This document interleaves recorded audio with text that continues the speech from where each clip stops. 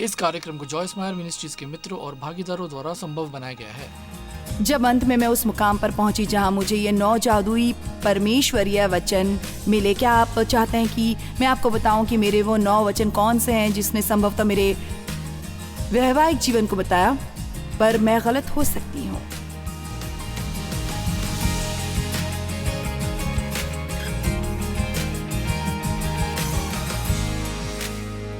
मेरे पास आपके लिए एक उपदेश है जो आपके जीवन से बहुत सारा तनाव बाहर निकालेगा। यह आपके जीवन को और ज्यादा बेहतर बनाएगा, जिसका शीर्षक है नियंत्रण से बाहर रहना और इसे पसंद करना। नियंत्रण से बाहर रहना और इसे पसंद करना। और मैं आपके नियंत्रण से बाहर होने के बारे में बात नहीं कर रही हूँ और वो करने के बारे में जो कुछ आप करना चाहते हैं, दूसरे लोगों को नियंत्रण करने, परिस्थितियों को नियंत्रित करने, यहाँ तक कि कई बार परमेश्वर को नियंत्रित करने के बारे में कोशिश बंद करने के विषय में, और ये सीखने के बारे में कि कैसे उस तनाव को जाने देना है। और आपको ये पसंद आएगा। हम 1 मिनट में बात करेंगे 4 अलग अलग कारणों के बारे में कि हम चीज़ों को रोकने की कोशिश क्यों करते हैं। पर 2 तरीके हैं जिन पर हम नज़र डाल सकते हैं। सबसे पहला, आप किसी को भी अपने ऊपर नियंत्रण नहीं करने देना चाहते आपके जीवन के लिए। ये परमेश्वर की इच्छा नहीं है, ये उनके लिए अच्छा नहीं है और ये आपके लिए भी अच्छा नहीं है। और आप दूसरे लोगों को नियंत्रित करने की कोशिश नहीं करते रहना चाहते। ये खासकर कभी कभी माता पिता के लिए मुश्किल होता है जिन्होंने बच्चों को पाल पोष कर बड़ा किया है। किसी का मार्गदर्शन करने की स्थिति में होना कठिन होता है। बहुत ज़्यादा कहना कि क्या करना है और इससे ज़्यादा से ज़्यादा कैसे करना है उनके पूरे जीवन भर, और अब अचानक वो आपको वो बिल्कुल नहीं करने रहने देना चाहते। वे आपकी सलाह की सराहना नहीं करना चाहते, वे आपकी सलाह नहीं लेते हैं, वे क्रोधित हो जाते हैं और कभी कभी उसे जाने देना कठिन होता है। पर ये एक समय परिवर्तन का काल होता है जिससे हर एक को गुजरना होता है। और यदि आप अपने बड़े बच्चों के साथ निभाना चाहते हैं तो आपको एक मुकाम पर आना होगा जहां आप महसूस करते हैं कि उनके भी वही अधिकार हैं जो आपके हैं। आप में से कितने जानते हैं कि हम हमेशा उनसे नहीं सीखते जो कोई और हमें कह रहा है कि क्या करें और क्या ना करें, पर बहुत बार लोगों को बस उन चीज़ों से गुजर कर सीखना होता है। बहुत समय पहले डेव और मैं एक चर्च में गए, और मुझे नहीं पता आप इसे जानते हैं या नहीं, पर पता है चर्चों में अपने अपने समूह होते हैं, ठीक बाहरी दुनिया की तरह। जानते हैं वहाँ एक ख़ास ग्रुप है। यदि आप चर्च में कौन क्या है कि सूची में शामिल होना चाहते हैं तो आपको उस ग्रुप में शामिल होना पड़ता है। खैर, तब मुझे पता नहीं था जो अब मैं जानती हूँ, और अभी भी मैं उन चीज़ों से बहुत असुरक्षित महसूस करती हूँ जिन चीज़ों से मैं अपने बचपन से गुजरी हूँ। और मैं ढूंढ रही थी महत्व, और मैं ढूंढ रही थी कि कीमत। तो जब हम ये कर रहे थे, बहुत बार हमने सोचा कि हमारी कीमत बढ़ जाती है यदि हम किसी ऐसे व्यक्ति के दोस्त बन जाएं जो दोस्ती करने के लिए सही व्यक्ति हो। तो मैं चर्च में इस ख़ास लोगों के समूह में शामिल होना चाहती थी, और मैं आपको बताना चाहूँगी कि मैंने इस पर सचमुच बहुत मेहनत से काम किया। मैंने जोड़ तोड़ की, मैंने सही लोगों की तारीफ़ की, मैंने सही लोगों को फ़ोन किया, मैंने वो सब कुछ किया जो सही लोग चाहते थे कि मैं करूं। मैं चाहती थी कि डेव उस चर्च में एक एल्डर बने। मुझे नहीं पता था कि वो बनना चाहते थे या नहीं, पर मैं चाहती थी कि वो बने। और ग्रुप के बहुत से लोग उस चर्च में एल्डर थे, तो मैंने सोचा पता है यदि वो हमें पसंद करते हैं तो संभवतः डेव से एल्डर बनने के लिए कहा जाएगा। और मैं चाहती थी कि वो एक एल्डर बने क्योंकि मुझ में दूसरों के बारे में जानने की उत्सुकता थी, और मैं चाहती थी कि वो बताए और चर्च चलाने में मदद करना चाहती। तो आखिरकार मैं इन लोगों के समूह में शामिल हो गई। पर ऐसा करते हुए यदि अपने ऊपर लोगों को नियंत्रण करने देने से आपको एक संबंध मिलता है तो आप हमेशा वही करेंगे जो आपने इसे पाने के लिए किया है, और अंत में आप इससे उब जाएंगे। 1976 में परमेश्वर ने मेरे जीवन को छुआ। मैं आत्मा से भर गई थी और उन्होंने मुझे बाइबल स्टडी के लिए बुलाया। खैर, जानते हैं वो लोग जिनके साथ जुड़ने के लिए मैंने कठिन परिश्रम किया था, सबसे पहले मुझसे मुंह मोड़ने वाले वही लोग थे और मेरे मामले में कुछ नहीं करना चाहते थे। तो मैं आपको बस बताना चाहूँगी कि यदि आप सही दोस्त और अच्छे दोस्त चाहते हैं तो एक तरह से बेहतर होगा कि आप स्वयं उन्हें न चुनें, पर उसके लिए परमेश्वर से परमेश्वरीय संबंधों की मांग करें। और परमेश्वर जिनके साथ आपको रखते हैं शायद वो व्यक्ति ना हो जिसे आपने चुना हो, पर आपके लिए ऐसा संबंध रखना बेहतर है जो स्वस्थ हो बजाय उस रिश्ते के जो आप चुनते हैं चालाकी से और छल करके अपने लिए, और जिसका अंत होता है जब आपको ठेस लगती है। क्या कोई यहाँ पर आमीन कह सकता है? ऑलराइट, तो पहला कारण जिसके बारे में हम बात करेंगे, खैर सबसे पहले मैं पूछना चाहूंगी, क्या हमारे पास यहाँ कोई है जो नियंत्रण में रहना पसंद करता है? मुझे पहले ढूंढना होगा यदि हमारे पास यहाँ कोई है जिसे आज मेरे संदेश की ज़रूरत है, या मुझे बस पता है इसे भूल जाना चाहिए। पर पहला कारण जिसके बारे में हम बात कर सकते हैं वो है कि हम नियंत्रण में रहना इसलिए पसंद करते हैं क्योंकि हम बस डरते हैं कि यदि हम स्थिति को नियंत्रित नहीं कर सकते, जिसे हम नहीं पाते जो हम चाहते हैं, और मुख्यतः हम उसे बहुत चाहते हैं जो हम चाहते हैं और हम उसे पाने के लिए बहुत मेहनत करते हैं। और यीशु ने कहा, ये मरकुस 8 में दर्ज है, यदि कोई मेरा शिष्य बनना चाहता है तो वो अपना सब कुछ त्याग करे और मेरे पीछे हो ले। एम्प्लीफाइड से सचमुच अच्छा बनाता है। यदि कोई मेरा शिष्य बनना चाहता है तो वो अपना सब कुछ त्याग करे और उसके अपने हित के लिए अपना क्रूस उठाकर मेरे पीछे हो ले। तो स्वार्थ, जहाँ तक बाइबल की शिक्षाओं का सवाल है, एक बहुत बड़ा नौयानी नहीं है।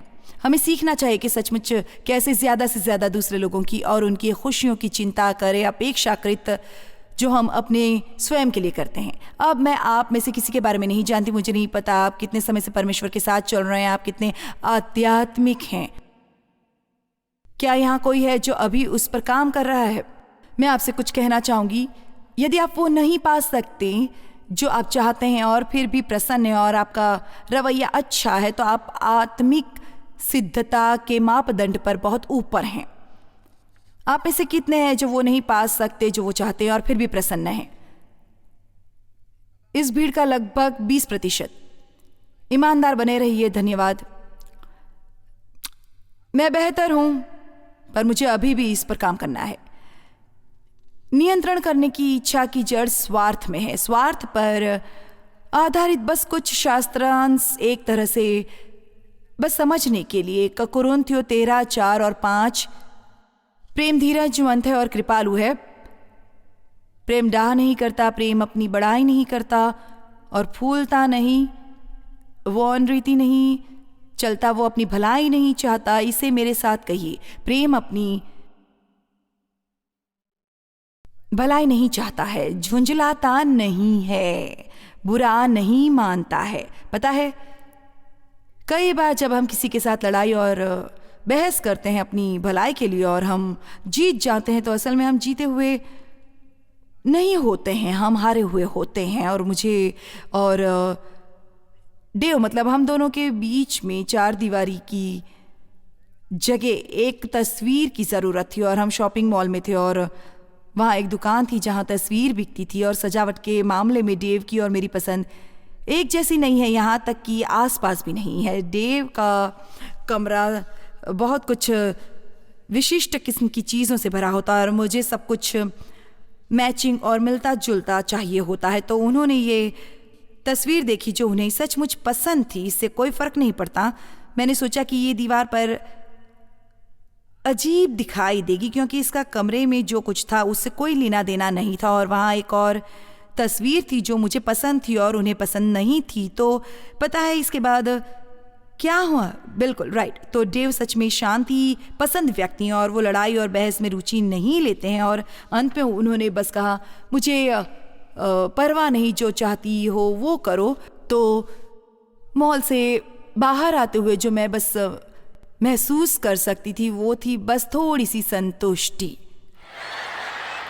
चलिए, अभी क्या आपने कभी महसूस किया है एक तरह से जैसे हाँ, जो मैं चाहती थी मुझे मिल गया, पर जानते मैंने पवित्र आत्मा को कहते सुना, तुम सोचते हो कि तुम जीत गई पर तुम हार गई। आप देखिए, परमेश्वर चाहते हैं कि हम उनमें आनंदित हों और उन्हें जो हमारी इच्छा है उसे देने दे। वो नहीं चाहते कि हम चालबाज और परिस्थिति को नियंत्रित करने वाले हों, क्योंकि जो कुछ आप उस तरीके से पाते हैं जो आप चाहते हैं, तो आप सचमुच जीते हुए नहीं, आप हारे हुए होते हैं। शायद वो चीज़ आपको मिल गई हो जो आप चाहते हैं, पर आपने परमेश्वर को अप्रसन्न किया उस तरीके की वजह से जिससे आप इसे प्राप्त कर सके हैं।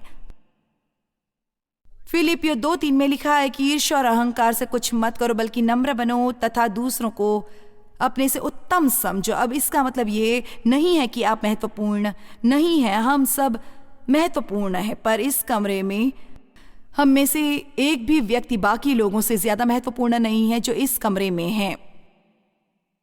आमीन। हम कुछ ही मिनट बात करेंगे अहंकार के बारे में, पर हम अहंकार के बारे में बस थोड़ी सी बात करेंगे। मैं आपसे एक प्रश्न पूछूंगी, क्या यहाँ कोई है, कोई भी जिसने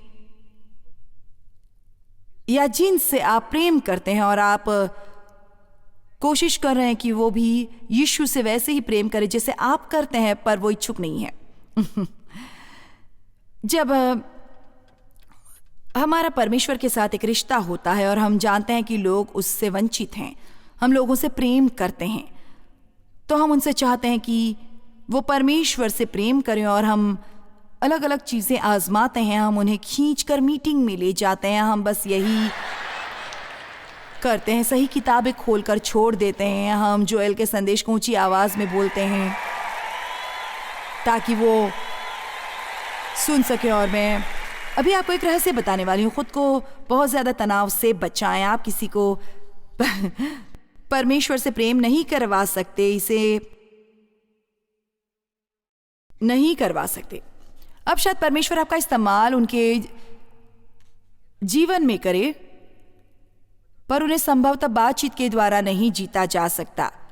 यदि कुछ है जिससे जीता जा सकता है तो वो है आपका परमेश्वरीय आचरण और उनके सामने परमेश्वरीय उदाहरण।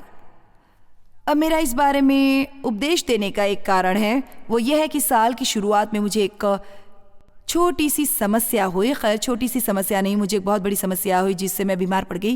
मुझे पता नहीं था कि गड़बड़ क्या है, मुझे पता नहीं था कि क्या गड़बड़ है, और सब तरह का टेस्ट करवाया जो आप करवा सकते हैं, और उन्होंने कहा कि मैं बिल्कुल स्वस्थ हूँ। ये हास्यास्पद है। और मैंने कहा खैर, तो फिर मैं बीमार क्यों हूँ? तो मूलतः ये लाइलाज तनाव तक आ पहुँचा, बस ज़्यादा देर तक बहुत मेहनत करने के कारण। पर मेरे बहुत से काम ऐसे नहीं थे, मेरा मतलब मैं ज़्यादातर बाहर काम करती हूँ, मैं कॉन्फ्रेंस करती हूँ, मैं किताबें लिखती हूँ, मैं टेलीविज़न के लिए काम करती हूँ। इनमें से बहुत सी बातें ऐसी थीं जैसे उन परिस्थिति को नियंत्रित करना जिसे मैं कर सकती थी, या जैसे आप कह सकते हैं मेरे बच्चों में से हर एक समय लेट लतीफ़ होता, वो वहाँ होने में इतना माहिर नहीं है जहाँ हर समय उसे होना चाहिए। मुझे ये पसंद नहीं है, तो मैं उससे इसमें बदलाव करने के लिए बात करती, या इसमें बदलाव करने के लिए मैं उससे अपराध बोध कराने की कोशिश करती हूँ। उसे वो पसंद नहीं था, और पता है अंत में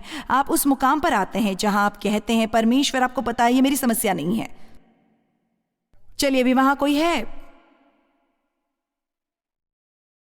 बस इतना ही है जो आप कर सकते हैं। परमेश्वर सबको एक स्वतंत्र इच्छा देते हैं। परमेश्वर कभी भी हमें नियंत्रित करने की या मजबूर करने की, हेरा फेरी करने की, या फिर किसी भी चीज़ के बारे में दोषी महसूस कराने की कोशिश नहीं करते। शैतान करता है, वो एक चालबाज और नियंत्रित करने वाला है। तो जब हम वो करने की कोशिश करते हैं, जो लोग हम असल में बहुत शैतानी स्वभाव में काम कर रहे हैं बजाय परमेश्वरीय स्वभाव के करने में। परमेश्वर हमें दिखाते हैं कि क्या करना है, वो हमारी अगुवाई करते हैं, वो हमारा मार्गदर्शन करते हैं, वो हमें उसका परिणाम दिखाते हैं जो करने के लिए वो करते हैं, और उसका भी परिणाम दिखाते हैं जो वो नहीं करने के लिए कहते हैं। पर वो कभी भी उससे हमसे करवाने की कोशिश नहीं करते, वो उसे हम पर छोड़ देते हैं। हमारे पास स्वतंत्र चुनाव है, हमारे पास स्वतंत्र इच्छा है। यदि आप किसी से कभी दोस्ती करना चाहते हैं जो टिकाऊ हो, तो आपको उन्हें वही स्वतंत्रता देनी होगी जहां आप उन्हें नियंत्रित करने की कोशिश नहीं कर रहे हैं और उन्हें वो करने देते हैं जो वो करना चाहते हैं। ठीक यही बात वैवाहिक जीवन के संदर्भ में है। यदि आप अपने बच्चों के संदर्भ में, मेरे 4 बड़े बड़े बच्चे हैं और उन चारों के साथ मेरा सचमुच बहुत अच्छा संबंध है, पर मैं आपको बता दूं, मैंने अपने काम से काम रखना सीख लिया है। और आपको सीखना होगा कि आपके बच्चे अलग हैं। जब आपको पता है मेरी एक बेटी है, मैं उसे पूरे दिन मशवरा दे सकती हूँ, वो उसकी परवाह नहीं करती, ये ठीक है, वो उसे अभी करेगी, जब वो उसे करना चाहेगी। यदि वो नहीं करना चाहती तो कोई बात नहीं, पर उसे मेरा मशवरा देना बुरा नहीं लगता है। इससे उसे कोई परेशानी नहीं होती कि मैं उसे मशवरा देती हूँ। और फिर मेरे दूसरे बच्चे हैं जो कहते हैं मुझे ये बताने की कोशिश मत करो कि क्या करना है। तो आपको एक तरह से लोगों को बताना नहीं है कि वो क्या करें। मेरा मतलब है मैं इसे स्वीकार करूंगी, मुझे मशवरा देना पसंद है। जानते हैं मैं एक शिक्षक हूं तो ये मेरा रवैया है, पर आपको ऐसा करने की मैं सलाह नहीं दूंगी। पर यहाँ पर एक बार फिर यदि आप किसी से दोस्ती करना चाहते हैं या यदि आप चाहते हैं कि आपका वैवाहिक जीवन टिकाऊ हो तो आपको नियंत्रित करने की आदत छोड़नी होगी। मैं सचमुच आज किसी की मदद करने वाली हूं। आज यहाँ पर किसी को मैं आपसे बता रही हूं, दुनियादारी निभाने की कोशिश करना बहुत कठिन काम होता है। ये बस ऐसा है जैसे ये आपको हर समय आंतरिक रूप से व्यस्त रखता है। ये बात जो लोगों को परमेश्वर से प्रेम करवाते रहने के बारे में है। मेरा मतलब है यहोशू 24:15 में इसे बहुत स्पष्ट किया गया है कि किंतु संभव है कि तुम यहोवा की सेवा करना नहीं चाहते। तुम्हें स्वयं ही आज ये चुन लेना चाहिए कि तुम किसकी सेवा करोगे। तुम उन देवताओं की सेवा करोगे जिनकी सेवा तुम्हारे पूर्वज उस समय करते थे जब वे नदी की दूसरी ओर रहते थे, या तुम उन अमोरी लोगों के देवताओं की सेवा करना चाहते हो जो यहाँ रहते थे। पर जहाँ तक मेरे और मेरे घराने की बात है, हम यहोवा की सेवा करेंगे। तो उसने फैसला कर लिया था और उसने कहा अब तुम अपने लिए अपना फैसला करो। परमेश्वर ने हमें बहुत से स्वतंत्र चुनाव दिए हैं कि ईमानदारी से कहूं तो वो उन लोगों के नरक जाने के अधिकार को भी सुरक्षित रखेंगे यदि वो यही करने के लिए दृढ़ निश्चय हैं। 1 कुरिन्थियों 10:24 में लिखा है, कोई अपनी ही भलाई को न ढूंढे वरन औरों की यानी पड़ोसी की भलाई को भी। मैं प्रसन्न हूं कि परमेश्वर बस हम में काम करते रहते हैं उस दिन के लिए जब वो वापस आएंगे हमें साथ ले जाने के लिए। मैं आपको बता दूं कि जब मैं इस तरह का शास्त्रांश पढ़ती हूं तो मैं सोचती हूं जॉयस 42 साल तक वचन में रहने के बाद तुम्हें अभी भी ढेर सारी मदद की जरूरत है। बहुत चुनौतीपूर्ण है ये। हम वो चाहते हैं जो हम चाहते हैं। दूसरा कारण कि क्यों हम लोगों की परिस्थितियों में नियंत्रित करने की कोशिश करते हैं, कारण है अभिमान। बस खोखला अभिमान, वो भी स्वार्थ है। ये है मैं, मुझे, जो मुझे चाहिए। हम उन निर्णयों को पसंद नहीं करते जो लोग लेते हैं, और हम एक हद तक सुनिश्चित होते हैं कि यदि वो करेंगे जो हम सोचते हैं कि उन्हें करना चाहिए तो उनका जीवन बहुत बेहतर होगा, क्योंकि आखिरकार हम और उससे ज्यादा जानते हैं। मुझे यकीन है कि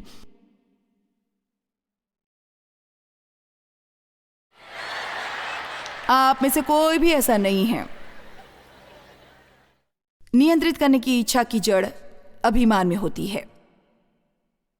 रोमियो 12:3, क्योंकि मैं उस अनुग्रह के कारण जो मुझको मिला है तुम में से हर एक से कहता हूं कि जैसा समझना चाहिए उससे बढ़कर कोई भी अपने आप को न समझे। अब इसमें यह नहीं लिखा कि आप अपने बारे में तुच्छ विचार रखें, पर इसमें लिखा है कि उससे बढ़कर कोई भी अपने आप को न समझे। इसे कहने का एक और तरीका है कि अपने आप को दूसरे लोगों से बेहतर न समझें। ये न सोचे कि आप दूसरे लोगों से ज्यादा होशियार हैं। मैं आपको बता सकती हूँ कि कुछ बातें हैं जिन्हें आप कर सकते हैं, वो ये कि कुछ बातें हैं जिन्हें वे कर सकते हैं, आप नहीं कर सकते। ओके, मैं इसे दोबारा कहना चाहूंगी क्योंकि कुछ लोग मिस कर गए। जानते हैं, कुछ बातें हैं, जैसे उदाहरण के लिए जानते हैं बहुत से विवाहों में समस्या होने का कारण है कि लोग विवाह करते हैं और फिर वो कोशिश करते हैं उस दूसरे व्यक्ति को बदलने की, ठीक वैसा जैसे वो हैं। और पूरी बात यह है कि आप आमतौर पर किसी से वो लेते हैं जो उसके पास है और आपके पास नहीं है। और परमेश्वर की धारणा है कि जब दो मिलकर एक हो जाते हैं तो वो एक पूरा इंसान बन जाते हैं, क्योंकि देव के पास वरदान है, मेरे पास वरदान है। पर मैंने पहले कुछ साल, मुझे पता नहीं मेरे विवाह के कितने साल मुझे उनसे वो करवाने में लगे जो मैं चाहती थी कि वो करें। और मैं आपको बता सकती हूँ कि ये बस कारगर नहीं होता है। लोग आपसे नाराज हो जाते हैं। लोग आपसे नाराज हो जाते हैं जब आप उन्हें नियंत्रित करने की कोशिश करते हैं। और यदि आपने किसी तरह से ऐसा कर भी लिया तो ये कभी भी एक स्वस्थ संबंध नहीं होगा। मैं कहना चाहूंगी कि संभवतः हमारे विवाह की शुरुआत उसी दिन हो जाती है जिस दिन हम साथ मिलते हैं और एक दूसरे से कहते हैं मैं तुम्हें वैसा ही स्वीकार करती हूं जैसे तुम हो और मैं तुम्हें बदलने की कोशिश नहीं करूंगी।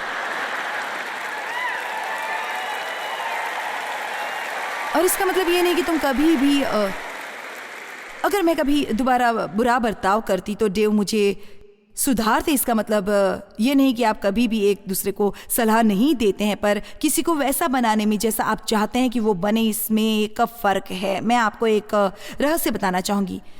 परमेश्वर चाहते हैं कि हम लोगों को उसी रूप में प्रेम करें जैसे वो हैं, उस रूप में नहीं जैसा हम चाहते हैं कि वो हों। आमीन। और भाई यकीनन ये तब भी लागू होता है जब हम अपने बच्चों के बारे में सोचते हैं। बाइबल में लिखा है कि लड़के को शिक्षा उसी मार्ग में दे जिसमें उसको चलना चाहिए। उसके स्वयं के व्यक्तिगत वरदान या झुकाव या व्यक्तित्व के अनुसार बाइबल में कहीं भी यह नहीं लिखा कि एक माता पिता को बच्चों को वैसा करवाने की कोशिश करनी चाहिए जैसा वो चाहते हैं कि वो करें। परमेश्वर हमें बच्चे देते हैं, पर असल में वे उनके हैं और वो चाहते हैं कि हम पता लगाएं कि उनके वरदान क्या हैं, उनको उसे करने में मदद करें जो परमेश्वर चाहते हैं कि वो करें, और अपने अधूरे सपनों को उनके माध्यम से जीने की कोशिश ना करें। और बहुत से माता पिता ऐसा करते हैं। कितने बच्चे हैं जो बस दुखी हैं क्योंकि वे अपने माता पिता के लिए कुछ और कर रहे हैं, क्योंकि यही है जो माँ बाप चाहते हैं कि वो करें और ये वो नहीं है जो वो चाहते हैं कि वो करें।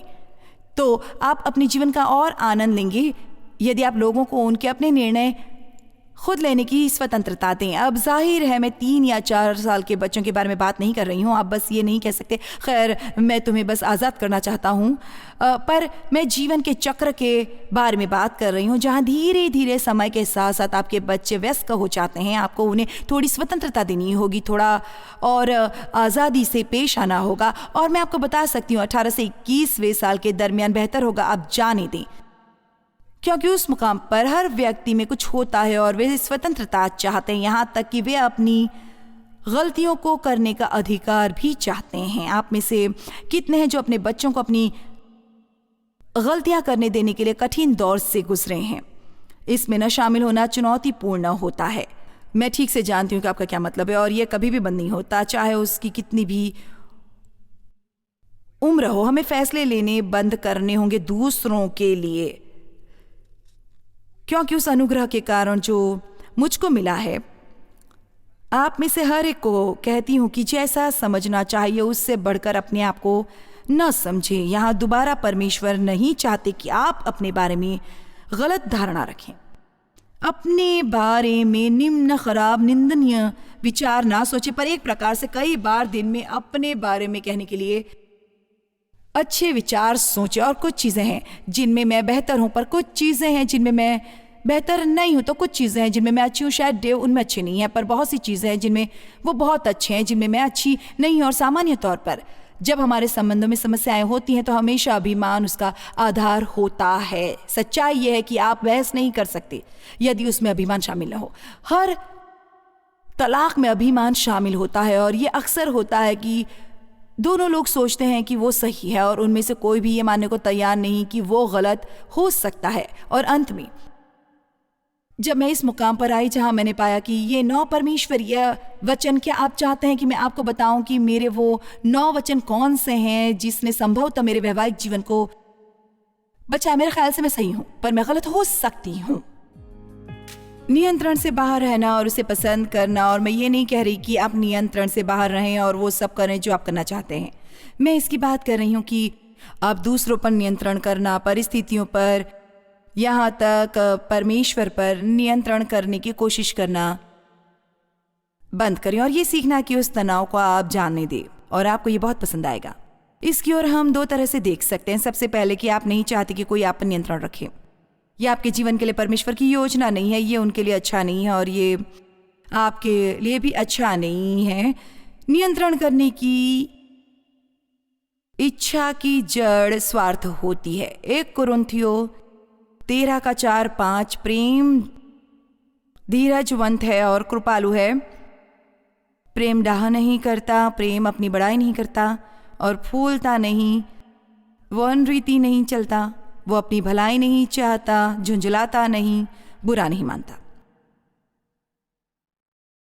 मेरे साथ ये कहिए, प्रेम अपनी भलाई नहीं चाहता, झुंझलाता नहीं, बुरा नहीं मानता। नीति वचन 13:10 में लिखा है, रगड़े झगड़े केवल अहंकार ही से होते हैं, आप में झगड़ा नहीं हो सकता यदि आप में अहंकार की समस्या न हो। नीति वचन 16:5। सब मन के घमंडियों से यहोवा घृणा करता है। वाओ!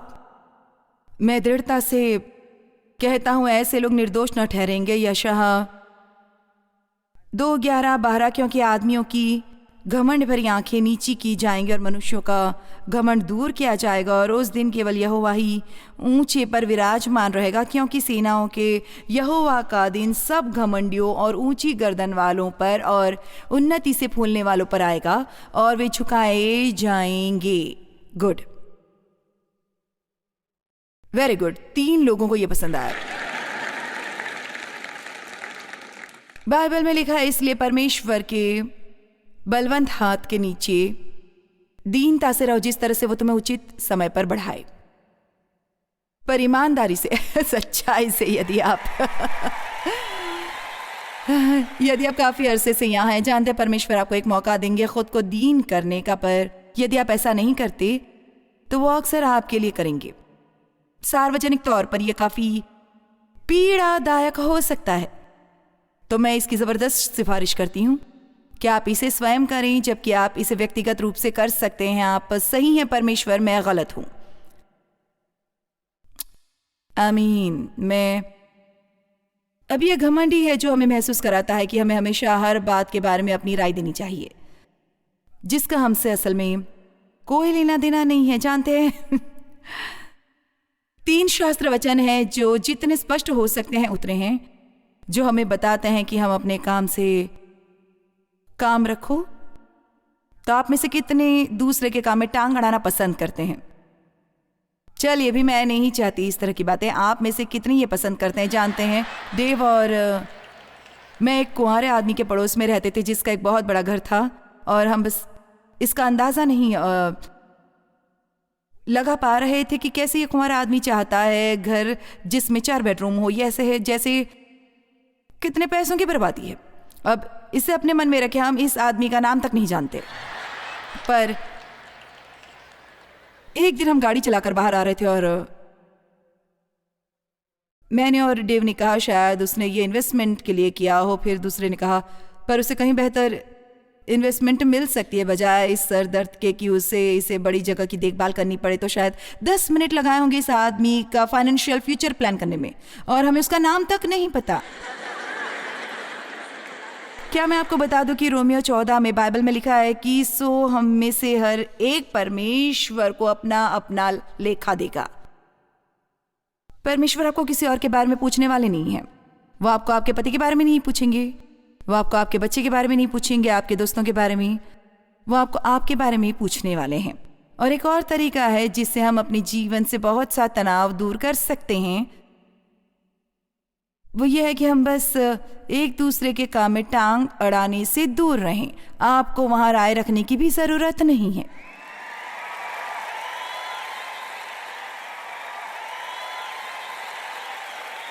जहां आपकी कोई जिम्मेदारी नहीं, कोई राय भी नहीं है। खैर मेरे ख्याल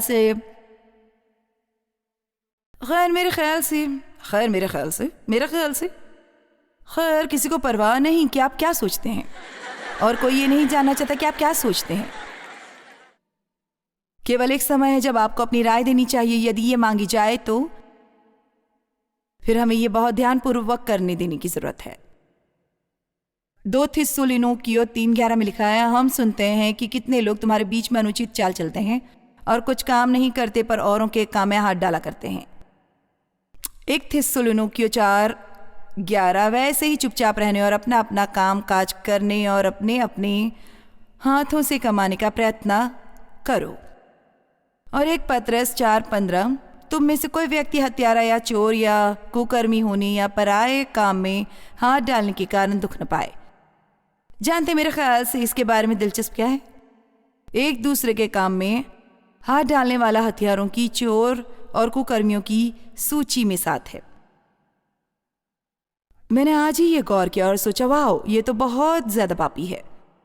जानते हैं हम में से ज्यादा ये नहीं सोचेंगे कि किसी के काम में ताक झाक करना कोई बड़ी समस्या है, पर यह ठीक वहां पर बहुत गंभीर बातों के साथ जुड़ा है।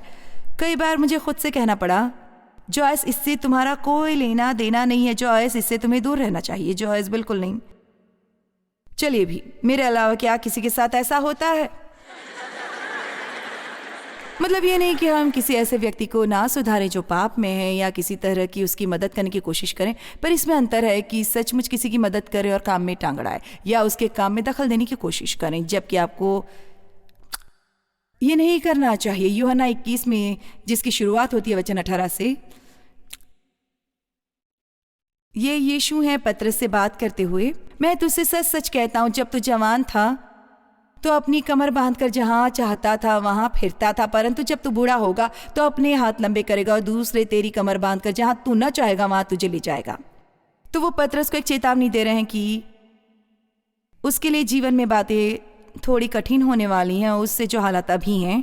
और मेरे ख्याल से वो उसके जवानी के दिनों की बात नहीं कर रहे थे। मेरे ख्याल से जब तुम परमेश्वर में जवान थे, और आप जानते हैं जब आप परमेश्वर में जवान होते हैं, ईमानदारी से कहूँ तो आप बहुत कुछ करते हैं, बस अब वो करते हैं जो करना चाहते हैं, और आप परमेश्वर से प्रार्थना करते हैं कि वो इसे आशीष दें, और बहुत बार तो उसे एक अवधि के लिए करते हैं क्योंकि वो आपके साथ पिता और संतान का रिश्ता स्थापित कर रहे हैं। पर बिल्कुल वैसे ही जब हमारे अपने बच्चे बड़े हो जाते हैं तो हम सारा समय उनकी देखभाल करते नहीं रहना चाहते। हम चाहते हैं कि एक मुकाम पर एक अंतराल आए बदलाव का, जहाँ वे कहें मॉम डैड आपके लिए क्या कर सकता हूँ। तो यीशु कह रहे हैं जब तुम जवान थे तुमने बहुत हद तक वो किया जो तुम करना चाहते थे, पर अब हालात बदलने वाले हैं और मैं आपके लिए कुछ चीज़ों में ले जाने वाली हूँ जिससे आपको शायद ख़ास मज़ा ना आए, पर ये है जिसकी मुझे ज़रूरत है। और वचन 19 में यहाँ लिखा है, उसने इन बातों से बता दिया कि पतरस कैसे मृत्यु से परमेश्वर की महिमा करेगा। आप जानते हैं पतरस को क्रूस दी गई, एक क्रूस को उल्टा करके। और फिर ये कहने के बाद उन्होंने बस उससे कहा कि मेरे पीछे हो ले, और उस मुकाम पर बस पतरस को ये कहने की ज़रूरत थी, हाँ प्रभु। पर पतरस मुड़ा और उस शिष्य को देखा जिसे यीशु प्रेम करते थे, और ये यूहन्ना था। यूहन्ना ने यूहन्ना के सुसमाचार की पुस्तक लिखी और उसके बाद खुद के विषय में ये कहा, मैं वो शिष्य हूँ जिससे यीशु प्रेम करते थे। मैं अच्छी तरह से पतरस की शख्सियत जानती हूँ, इसलिए मैं कह सकती हूँ कि ये बात उसे लग गई। तुम वो शिष्य हो जिससे यीशु प्रेम करते हैं, मेरे मतलब से तुम जानते हो ये वैसे ही लोग थे जैसे हम हैं। मेरे ख्याल से मेरे लिए ही यूहन्ना को ये कहना थोड़ा उत्तेजित करता है, तो मैं कल्पना कर सकती हूँ कि पतरस ने इसके बारे में कैसा महसूस किया होगा। और मेरा मतलब है इन लोगों की समस्या थी बिल्कुल उसी तरह जैसे हमें समस्याएं होती हैं। यदि हम एक समूह में होते हैं, वो एक दूसरे से ईर्ष्या करते हैं, वो एक दूसरे से प्रतिस्पर्धा करते हैं। और मेरे ख्याल से पतरस की शख्सियत से वाकिफ होते हुए वे सभी यूई गोई से उसे काफ़ी कठिनाई हुई होगी। जानते हैं भोज के दौरान यूहन्ना यीशु की छाती पर सर रखे था और उनमें ये बहुत प्यारा सा रिश्ता था। और जानते हैं पतरस ही हमेशा पूरा संचालन करना चाहता था, तो उसे ये बुरी खबर मिल गई है। आखिर में उसके लिए बातें थोड़ी बुरी होने वाली हैं। जानते हम छिपाने में माहिर नहीं हैं। यदि हम कठिनाई में हों और बाकी सब लोग मजे कर रहे हों, कम से कम अगर हम इतने दुखी होने वाले हैं तो हम चाहेंगे कि हमारे कुछ मित्र भी हमारे साथ दुखी हो जाएं। और यीशु ने कहा, वचन 22 से यीशु ने उससे कहा, यदि मैं चाहूं कि वो मेरे आने तक ठहरा रहे तो तुझे क्या, तू मेरे पीछे हो ले। तो यीशु ने बस पतरस से कहा, अपने काम से काम रख। अब 1 मिनट इसके बारे में सोचिए। हम एक समस्या है, हमारी एक लंबे अरसे से समस्या चल रही है। शायद आप एक सिंगल लड़की हैं और 12 साल से आप किसी डेट पर नहीं गई, और आपकी दोस्त जो आपको इतनी खूबसूरत नहीं लगती वो लड़कों से दूर नहीं रह सकती।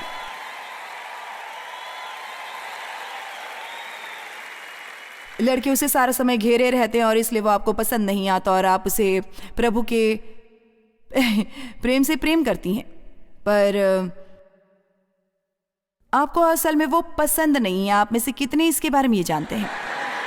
मैं तुम्हें परमेश्वर के प्रेम से प्रेम करती हूँ, मैं तुम्हें बर्दाश्त नहीं कर सकती, पर मैं तुम्हें परमेश्वर के प्रेम से प्रेम करती हूँ। देखिए, आपको बस यही करने की ज़रूरत है। आपको ये अंदाज़ा लगाने की ज़रूरत नहीं थी कि कोई आपको क्यों डेट नहीं कर रहा। आपको ये परमेश्वर से कहना होगा कि ये कितनी नाइंसाफ़ी है परमेश्वर का आपके लिए और हर एक के लिए एक व्यक्तिगत निजी संपूर्ण योजना है।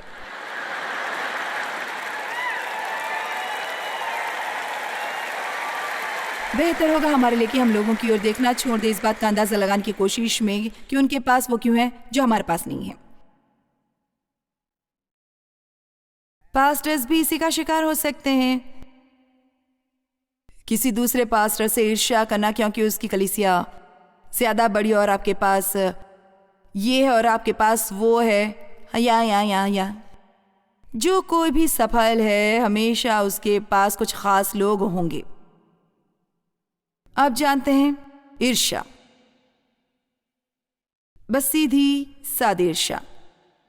तो इसे मैं बस कहूंगी प्यार और दयालु और अच्छे तरीके से कि मैं जानती हूं कि कैसे अपने काम से काम रखा जाता है।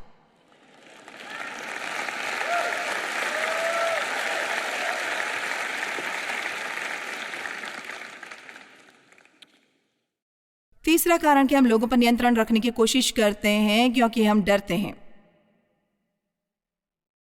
अपने पिता द्वारा यौन शोषित होने के बाद जो ये सब करते थे नियंत्रण द्वारा, हेर फेर से और नियंत्रण रख के, उन्होंने मुझ पर शारीरिक रूप से जबरदस्ती नहीं की, पर उन्होंने मुझ पर जबरदस्ती की, डरा कर। और मेरे पिता उस हर चीज पर नियंत्रण करते थे जो वो घर में थी, जो टीवी देखना हो, चाहे कोई काम हो, हमें सब उनके हिसाब से करना होता था। मैंने खुद को ये वादे करने शुरू किए, जब मैं यहाँ से बाहर जाऊंगी तो मैं ऐसा कुछ करूंगी कि कोई मुझे नियंत्रित नहीं कर पाएगा, कोई भी नहीं।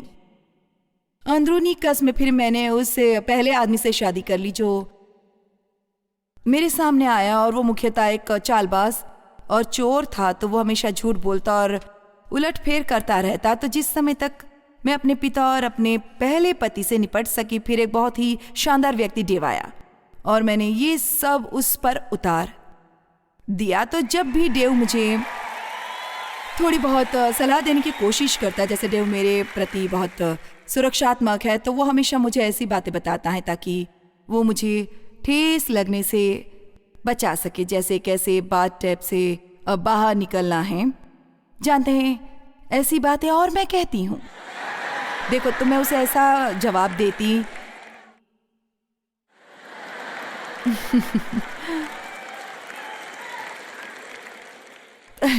तुम हमेशा मुझे ये बताने की क्यों कोशिश करते हो कि मुझे क्या करना है, पर वो असल में मुझसे प्रेम करने की कोशिश कर रहा था।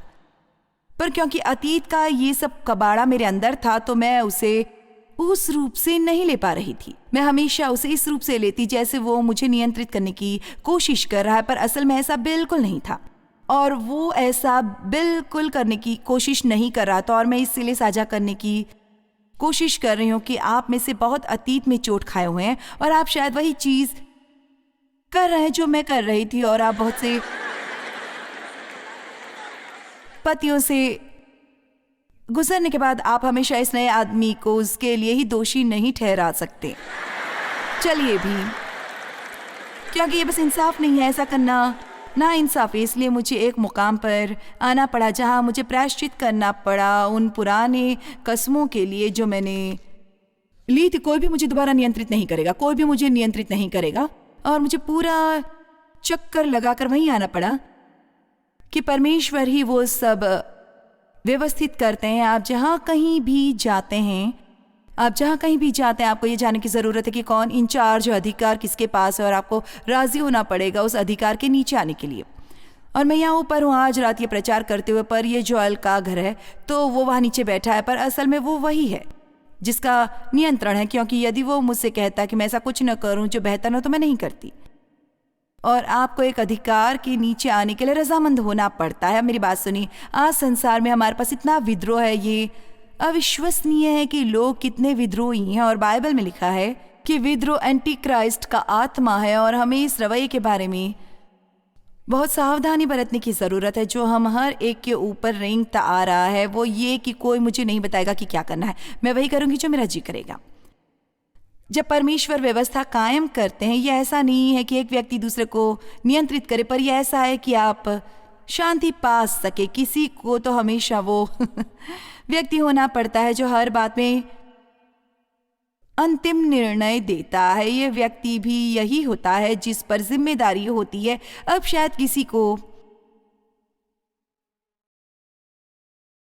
कोई समस्या नहीं है किसी अथॉरिटी के अधीन आने में। क्या है आपको? ये आपका काम नहीं है कि आप अथॉरिटी रखें यदि आप ये नहीं जानते कि अथॉरिटी के अधीन कैसे रहते हैं।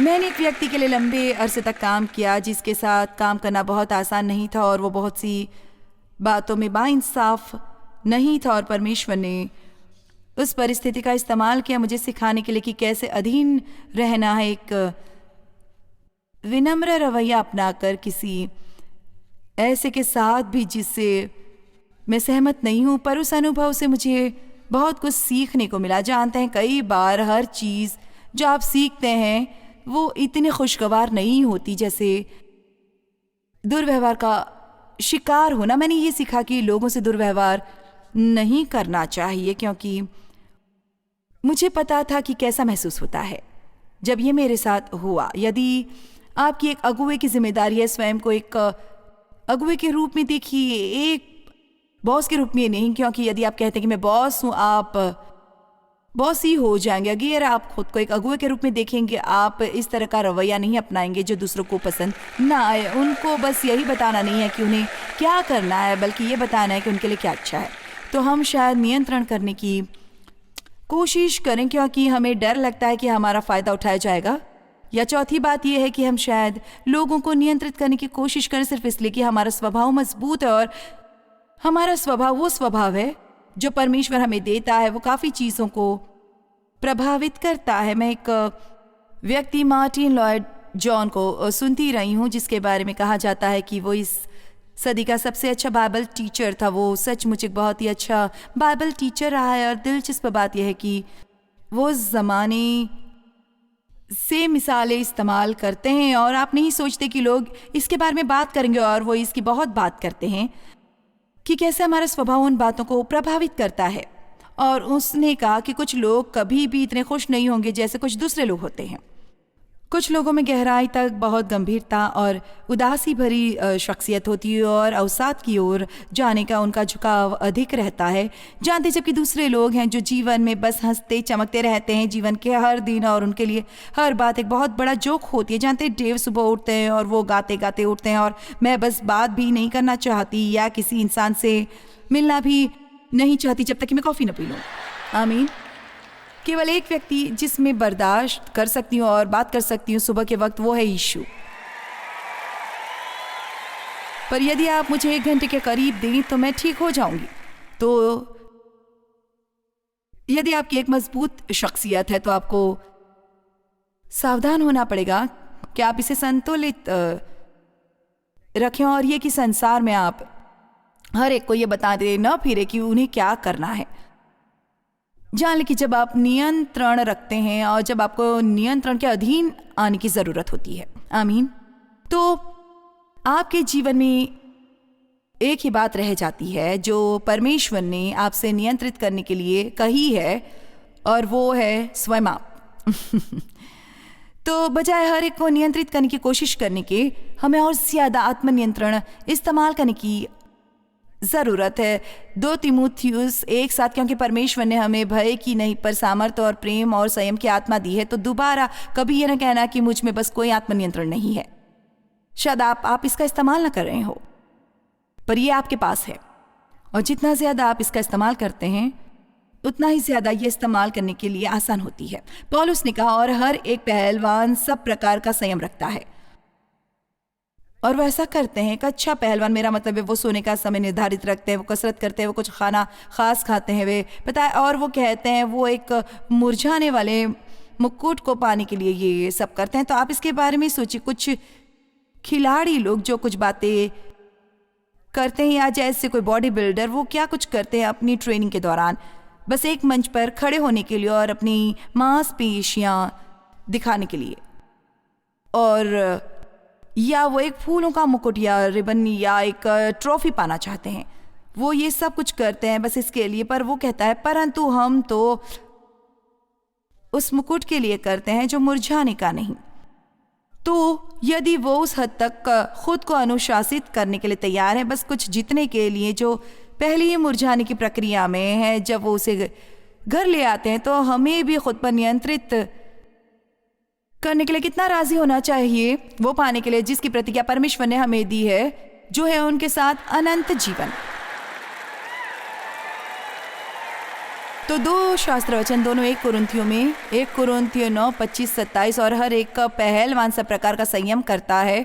वो तो एक मुरझाने वाले मुकुट को पाने के लिए ये सब करते हैं, परंतु हम तो उस मुकुट के लिए करते हैं जो मुरझाने का नहीं। इसलिए मैं तो इसी रीति से दौड़ता हूँ परंतु बैठे खाने के नहीं। मैं भी इसी रीति से मुक्कों से लड़ता हूँ परंतु उसकी नाई नहीं जो हवा पीटता हुआ लड़ता है। खैर एम्पलीफाइड बाइबल में लिखा है, पर मैं अपने शरीर को मारता हूँ। हालांकि मेरे ख्याल से बहुत देर तक इसे गलत पढ़ रहे थे। जब हमने ये सोचा कि ये लिखा है, मैंने अपने शरीर को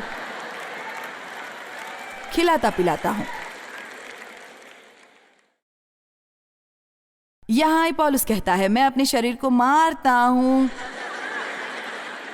वही स्पेलिंग अलग, उसका उच्चारण 1 कुरिन्थियों 6:12 सब वस्तुएं मेरे लिए उचित तो हैं परंतु सब वस्तुएं लाभ की नहीं। सब वस्तुएं मेरे लिए उचित तो हैं पर मैं किसी चीज को खुद पर हावी नहीं होने दूंगा। मैं शुगर को खुद को कंट्रोल नहीं करने दूंगा। मैं ड्रग्स को खुद पर कंट्रोल नहीं करने दूंगा। मैं अल्कोहल को खुद पर कंट्रोल नहीं करने दूंगा। मैं लोगों को खुद पर कंट्रोल नहीं करने दूंगा। चलिए भी अब मैं खान पान की गड़बड़ी को खुद पर कंट्रोल नहीं करने दूंगा। हम कई बार ये नहीं जान पाते कि हम कितने शक्तिशाली हैं जब परमेश्वर हमारे पक्ष में है। मैं उस मसीह में सब कुछ कर सकता हूँ जो मुझे हमेशा सामर्थ्य देता है। हर कोई लोगों को नियंत्रित करने और परिस्थितियों से आजाद होना चाहता है, पर सच्ची स्वतंत्रता अंदर से आती है जब हम समर्पण कर देते हैं यीशु मसीह के कामों के प्रति और उनकी रूपांतरित करने वाले सामर्थ्य को जो हमें उनके प्रति वो हमें अंदर से बदल सकते हैं।